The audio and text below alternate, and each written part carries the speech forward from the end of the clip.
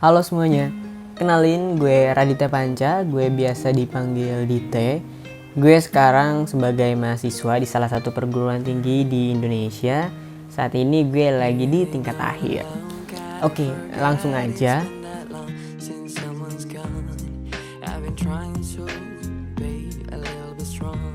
Oke, pertanyaannya adalah kenapa gue mau jadi content creator? Sebenarnya alasan gue kenapa mau jadi content creator adalah gue ingin nyebarin konten-konten yang menurut gue perlu disampaikan ke publik, dan masih sedikit banget nih orang-orang yang nyebarin konten ini gitu.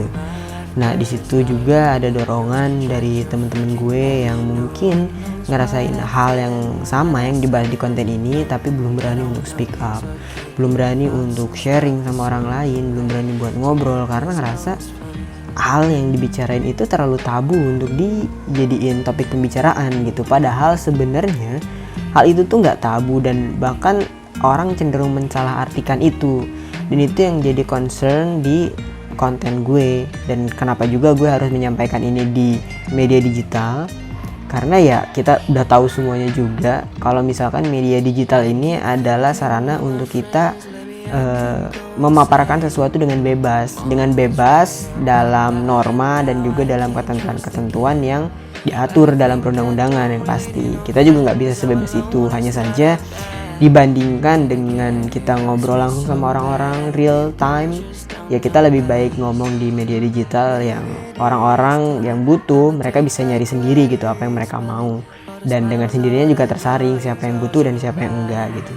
Itu sih alasan kenapa gue mau join di digital dan juga jadi content creator.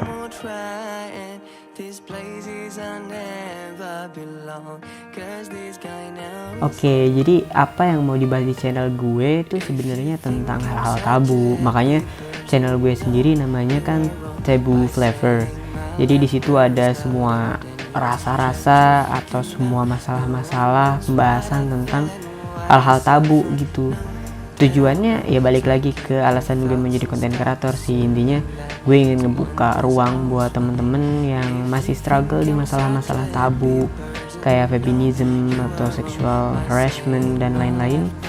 Itu mereka jadi tahu itu harus dengar sesuatunya dari mana, harus sharingnya kayak gimana. Karena di konten gue ini selain gue nyediain konten-konten tentang hal-hal tabu tadi, gue juga di akhir dan ya di setiap akhir video ataupun di setiap akhir beberapa pembahasan dalam satu topik tertentu, gue ngajak buat temen-temen untuk yuk kita sama-sama ngebuat komunitas.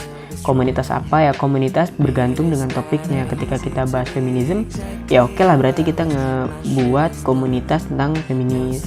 Dan komunitas ini lebih ke peer support group nantinya gitu, biar teman-teman juga ngerasa ada yang merangkul teman-teman gak sendiri, dan ternyata memang permasalahan ini harus sama-sama kita lakukan campaign gitu di mana-mana lewat sosial media ataupun secara langsung. Ya mungkin itu sih hal-hal yang mau gue bawa di konten gue.